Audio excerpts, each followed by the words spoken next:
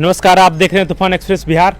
आज आपको हम लेके चलते हैं चुनावी हलचल को जानने के लिए तेघरा प्रखंड स्थित आधारपुर गांव में। जानते हैं यहाँ की जनता से कि तेघरा में इस बार कमल खिलेगा या फिर दूसरे तरफ लालू का लालटेन आता है या फिर लोजपा का घर यहाँ पे बन पाता है। तो इस स्थिति को जानने के लिए यहाँ की जनता से हम खास बातचीत के लिए सर्वप्रथम जानेंगे। यहाँ पे उपस्थित हैं श्रीमान, आप अपना नाम बताइएगा। रामचंद्र सिंह। रामचंद्र सिंह जी, बहुत बहुत धन्यवाद नाम बताने के लिए।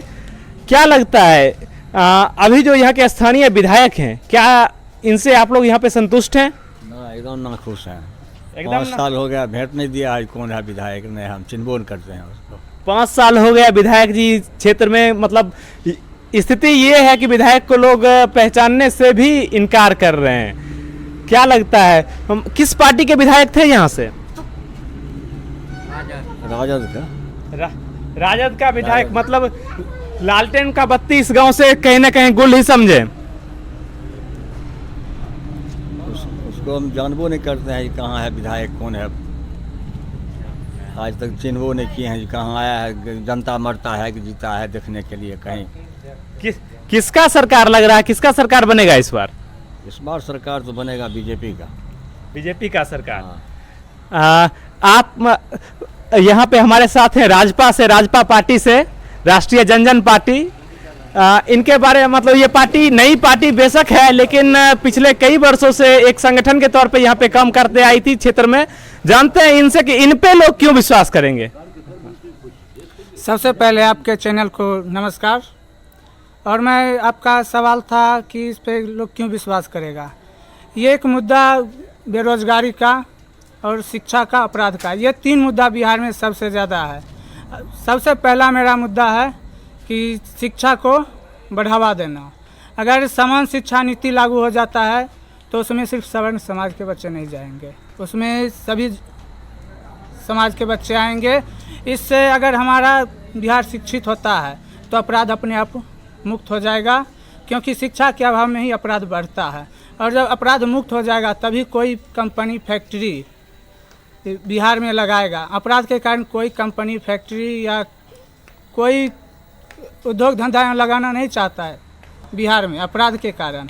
और ये 3 चीज़ अगर बिहार में सही हो गया तो फिर बिहार में विकास होगा, जिसके लिए आशुतोष भैया हमारे राष्ट्रीय अध्यक्ष, सबसे पहला शिक्षा, उसके बाद अपराध मुक्त बिहार, उसके बाद बेरोजगारी। क्योंकि अगर शिक्षा, मैं पहले भी बता चुका हूँ, शिक्षा अगर बिहार में सही से हो गया तो अपराध मुक्त हो जाएगा। अपराध मुक्त हो गया तो इंडस्ट्री खुद आ जाएगा बिहार में। बात आती है, आप एक जातीय संगठन से समाज में शिक्षित करने की बात कर रहे हैं। बिहार पहले से जातीय हिंसा, वो अन्य कहीं ना कहीं यही वजह है कि बिहार आज तक इतना पीछे होते जा रहा है। यहाँ पे अब बदलो बिहार का नारा के साथ अगर आप जातीय संगठन के राष्ट्रीय अध्यक्ष होने के साथ साथ आप एक राजनीतिक संगठन के राष्ट्रीय अध्यक्ष होकर आप विकास की बात कर रही है, कहाँ तक संभव है? मैं इस समाज को इसलिए साथ लेके चल रहा हूँ क्योंकि समाज में बुद्धिजीवी हैं और शिक्षा के लिए या कुछ भी चीज़ के लिए बुद्धिजीवी लोगों का होना अति आवश्यक है। इसलिए हम इस समाज को लेके चल रहे हैं। और रही जाति की बात, तो किस पार्टी में कौन ऐसा पार्टी है जो अपने अपने समाज को लेके नहीं चल रहा है, अपने अपने जाति को लेके नहीं चल रहा है? जातिवाद की राजनीति पे आपसे जानना चाहेंगे। सर्वप्रथम अपना नाम बताइए। मेरा नाम कृष्णा है और मैं MSc एग्रीकल्चर का स्टूडेंट हूँ। क्या लगता है ये जातिवाद फैक्टर कितना बिहार में काम करेगा, और क्या ये काम करना बिहार के भविष्य के लिए सही है या गलत? क्योंकि जातिवाद तो बिहार की राजनीति में कहीं ना कहीं हकीकत है। और रहा इस बार का, तो जब हमने 15 साल RJD को देखा, 15 साल हमने भाजपा और जदयू के गठबंधन को देखा, तो कहीं ना कहीं अब जनता की ये मांग है कि इस बार बदलाव होना चाहिए। जिस तरह के हमने देखा है कि RJD से तेजस्वी यादव ने 10 लाख नौकरी का जो वादा किया है, कहीं ना कहीं हम जैसे बेरोजगार युवाओं को वो उनका ये वादा काफ़ी अपने ओर खींचने का काम कर रहा है। तो क्या मतलब यहाँ से इस बार तेघरा की जनता क्या लालटेन को जलाएगी फिर से? तेघरा के जनता के पास दूसरा कोई विकल्प नहीं है। जो भी विकल्प आएगा, राम रतन सिंह को यहाँ पे वोट देके जिताने का काम किया जाएगा। जी, हमारे साथ हैं जी, आप अपना नाम बताइएगा। मेरा नाम चंद्रिका सिंह। चंद्रिका सिंह जी, बहुत बहुत धन्यवाद नाम बताने के लिए। क्या लगता है अब की बार किसकी सरकार? अब वो तो सरकार का भविष्यवाणी अगले चुनाव में देखें, भविष्यवाणी हो रहा था किसी का बन गया किसी का सरकार। वो भविष्यवाणी हम लोग नहीं करते हैं। हम लोग 71 साल उम्र हुआ, आज तक बहुत राजनीति खेले हैं, देखे हैं। किसकी सरकार बनेगी उसका कोई गारंटी अभी नहीं है। फिर भी एक होता है ना लहर, क्या माहौल है? हाँ। क्या यहाँ की जनता किसको पसंद कर रही है, नाखुश है या फिर क्या? हाँ, लहर तो है। जो अभी देख रहे हैं, कुछ वो लोग महागठबंधन के भी सपोर्ट कर रहा है, कुछ लोग गठबंधन के भी सपोर्ट कर रहा है। लेकिन अभी यहाँ पर प्रॉपर यहाँ पर अभी महागठबंधन के सपोर्ट में वोट चल रहा है। चलिए, मतलब पूरा माहौल यहाँ पे महागठबंधन के सपोर्ट में है। आप क्या कहना चाहेंगे इस पे? आप कहीं ना कहीं यहाँ बोल रहे थे जो यहाँ के मौजूदा विधायक यहाँ घूमने तक नहीं आए। हाँ, इसीलिए हम कहते हैं कि इस बार गठबंधन को रामरतन सिंह को देकर जिताएंगे, यहाँ भेजेंगे। चलिए, जैसा कि बोले यहाँ रामरतन सिंह के पक्ष में यहाँ का माहौल है। हम जानना चाहते हैं, श्रीमान आपका नाम? मेरा नाम चंदन कुमार हुआ।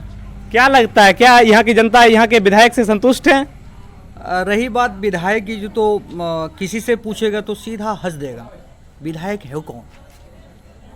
सभी कोई भी, हम तो 5 साल में उनका चेहरा तक नहीं देखे थे। इस बार में कुछ एक वीडियो वायरल उनका हुआ था कि उसको कोई मतलब वो गो बैक का नारा कोई लगा रहा था, तो मैंने उनको देखा कि ये विधायक जी हैं। ये 5 साल की मैं बात कर रहा हूँ। पूरे 5 साल में फर्स्ट टाइम मैंने उनका एक फेस देखा कि ये विधायक हैं। अब बताइए कितना वो यहाँ काम किए होंगे।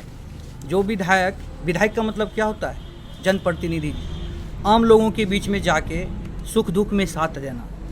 विधायक तो कहीं गए ही नहीं, कोई चेहरा भी नहीं देखा। जबकि मैं खुद सोशल मीडिया पे हूँ, तरह तरह के जो इंस्टाग्राम पे हूँ, फेसबुक पे हूँ, लेकिन उनका चेहरा मैं फेसबुक के माध्यम से भी नहीं देखा। अब समझ सकते हैं वो विधायक कैसे है। इस बार तब क्या लगता है किसकी सरकार हो पाएगी?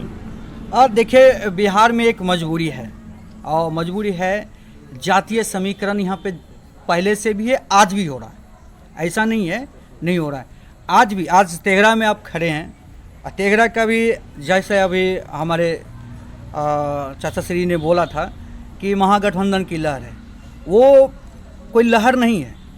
एक्चुअली देखा जाए तो वो एक जाति विशेष का मतलब वो नहीं कहते समीकरण बनाया जाता है। अब जैसे लिए लालू जी जो हैं, लालू जी की पार्टी, कांग्रेस की पार्टी, और यहाँ पे जो वाम दल है, मिनी मास्को कहा जाता था, उनका भी तो पुराना बेस है, स्वाभाविक है बेस है उनका।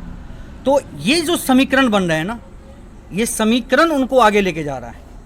और यहाँ पे बीजेपी जो है ना, अपनी आपस की जो गुटबाजी हुई है ना, उस गुटबाजी के कारण ये यहाँ पे सीट लूज कर जाएंगे। तो क्या मतलब सीधी तौर पे देखा जाए तो यहाँ पे एंटी एनडीए गवर्नमेंट बनने की, या एंटी एनडीए यहाँ के विधायक यहाँ से जीत सकते हैं? अब एनडीए कौन सा है ये तो कहना मुश्किल है, क्योंकि लोजपा भी बाहर रह के कह रही है मैं बीजेपी की सरकार बनाऊंगा। अब यहाँ पे नीतीश जी भी हैं, बीजेपी हैं, ये कह रहे हैं हम एनडीए की सरकार बनाएंगे। अब कहना तो मुश्किल है कि किसकी सरकार बनेगी। अगर लोजपा 40-50 सीट भी लेके आ जाती है, मतलब जैसे समीकरण दिखा जा रहा है कि लोजपा ने भी एक बहुत बड़ा दाव खेल दिया। क्या वो अपने जो बोले 143 पे हम जो खड़े करेंगे कैंडिडेट, उसमें वही कैंडिडेट को वो दे रहे हैं जो बीजेपी से दुखी हैं, यानी कि बीजेपी के जो विधायक होने के नाते बी टीम कह लें। हाँ, बीजेपी बी टीम, हाँ। जैसे एक चौरसिया जी थे, वो तुरंत में दामन थाम लिया लोजपा के। कहीं न कहीं उनका वोट बैंक होगा कुछ अभी, और कुछ तो ऐसी घटना घटी हैं जो कि हो सकता है वोट मिल जाए उनको, मतलब संवेदना का वोट मिल सकता है। जी बिल्कुल। चलिए भैया, आपसे ये जानना चाहेंगे, सबसे पहले तो आप अपना नाम बताइए। अमरजीत कुमार। अमरजीत जी, बहुत बहुत धन्यवाद नाम बताने के लिए। आपसे ये जानना चाहेंगे, नई पार्टियां नई तौर पे आ रहे हैं, आपके क्षेत्र से भी एक राजपा है, दूसरी प्लुरल्स है, तीसरे पार्टी मतलब जो नई तो नहीं है, पुरानी पार्टी है, लेकिन नए फ्रंट बनाने की कोशिश कर रही है चिराग पासवान के नेतृत्व में। इस पे आपका क्या विचार है? ये लोग कहां तक असरदार होंगे इस क्षेत्र में? चिराग पासवान पार्टी 70 सीट आनेगा बिहार में। 70 सीट लाएगा एकदम कंफर्म, कोई डाउट नहीं। और भाजपा और चिराग दोनों मिलकर सरकार बनाएगा। मतलब कहीं ना कहीं सरकार एनडीए की ही बन रही है। हाँ एकदम। और तेघरा विधानसभा पे क्या होगा? यहाँ पे अन्य अभी जो नई नई पार्टी आए हैं या फिर लोजपा है, उसका क्या असर दिखेगा तेघरा विधानसभा पे? यहाँ लोजपा और सीपीआई में टक्कर होगा 1 और 2 का, और वीरेंद्र महतो का कहीं पर भी यहाँ पुनः नहीं रहेगा। काहे कि उसको कोई नहीं चिंता है, कोई नहीं। मतलब कहीं ना कहीं आपके अनुसार से यहाँ पे आरजेडी पीछे होगी, वहीं जो लोजपा और ये कम्युनिस्ट में यहाँ पे टक्कर होगा। जी बहुत बहुत धन्यवाद बताने के लिए। मतलब आंकड़े जो आ रहे हैं वो एनडीए के अलावा एलजेपी के लिए भी आ रहे हैं, कोई यहाँ पे आरजेडी समर्थक भी हैं। चलिए जानते हैं और बाकी लोग से। अपना नाम बताइएगा। मेरा नाम सत्यम कुमार। सत्यम जी, क्या लगता है अब की मतलब बिहार के चुनाव में क्या बदलाव आने वाला है, या फिर वही 2 पार्टी में कोई वापस आएंगे यहाँ पे? मुझे तो ऐसा नहीं लगता जो 2 पार्टी में से कोई वापस आए। सबसे बड़ी बात यहाँ बदलाव की ज़रूरत है, क्योंकि वो 15 साल बैठ के वो सारा कुछ उनका सिस्टम सुशासन की सरकार में साथ ही बैठ के वो खुद भी दारू पीते हैं रात को बैठ के, लेकिन उनको यहाँ लग रहा है जो पुलिस प्रशासन की गैर मौजूदगी में शराब की बड़ी खेप उतरती है। यहाँ अच्छे खासे बेरोजगार लोग जो थे उनको रोजगार प्रदान किया उन्होंने सुशासन की सरकार में। जो बच्चे शरीफ हुआ करते थे, कभी पढ़ाई लिखाई पे ध्यान दिया करते थे, आज वो शराब की तस्करी पे ज़्यादा ध्यान दे रहे हैं, लूट मार खसोट पे ध्यान दे रहे हैं। इसलिए मुझे लगता है इस बार बदलाव की जरूरत है। अच्छा, तो मतलब कहने का ये मतलब है जो शराबबंदी कहीं पे असरदार नहीं दिख रहा है ये बात आप बखूबी खुद भी जानते हैं। और सुशासन की सरकार में जो हमारे पूर्व डीजीपी साहब थे उन्होंने खुद ही बहुत बताया ये चीज़, तो मुझे नहीं लगता है कोई असरदार है इस चीज़ के लिए। और अच्छा, तो जब आई ये शराबबंदी की बात तो ये हटाया जाएगा, इस पे क्या राय है? इसका समाज पे क्या असर पड़ेगा? आप भैया बताइएगा। देखिए, इस शराबबंदी का जहाँ तक सवाल है ना, ये नीतीश जी ना जाने क्या करते हैं, टोटली कंफ्यूज हैं, टोटली। पहले एक ज़माना था कि हर ब्लॉक में या ब्लॉक स्तर तक में एक दुकान रहती थी शराब की, जो ठेके रहती थी। उन्होंने क्या पता ही अर्निंग बढ़ाने के लिए, राजस्व बढ़ाने के लिए उन्होंने हर पंचायत स्तर तक में ठेके खोल दिए। जब पूरा शराब का लत लगा दिया उन्होंने समाज में, छोटे बच्चे बूढ़े बुजुर्ग सब में, जो बच्चे मतलब रिक्शा चलाने वाला भी आता था और शराब के ठेके में बैठ जाता था। एक स्टेटमेंट आया था उनका, जो शराबबंदी से पहले चौक पे दवाई का दुकान हो या ना, शराब का दुकान होना चाहिए। हाँ, बताइए उनकी मानसिकता क्या है? बताइए। ये हमारे सीएम हैं। ये दुर्भाग्य की बात है कि हमारे सीएम हैं जो एक नौजवान नए मतलब क्या बताएं, स्टूडेंट लोग भी ठेके पे बैठे रहते थे, स्कूल से आते नहीं थे, ठेके के बगल में 100-200 रुपया हुआ, 3-4 लड़के लोग एक पता नहीं बगल में बैठ के पी लेना। जब उन्होंने लत लगा दी उसके बाद उन्होंने शराबबंदी कर दी। अब शराबबंदी में क्या हो रहा है, सिर्फ जितने भी ये पुलिस में महकमा में जितने भी हैं सबके सब इसमें इन्वॉल्व हैं। उनकी अर्निंग बढ़ गई, बिहार सरकार का कोई राजस्व नहीं है, छोटे बड़े जो भी हैं धंधे में लगे हुए हैं। ना जाने पता नहीं ये शराबबंदी क्यों की है, और किया भी तो पूर्णता नहीं किया। जी, तो मतलब आपसे जानना चाहेंगे, शराबबंदी समाज के लिए ज़रूरत थी या फिर ये बेशक बस अपने कुछ चाटुकारों के लिए के पर्सनल अर्निंग के लिए इस चीज़ को लाया गया था?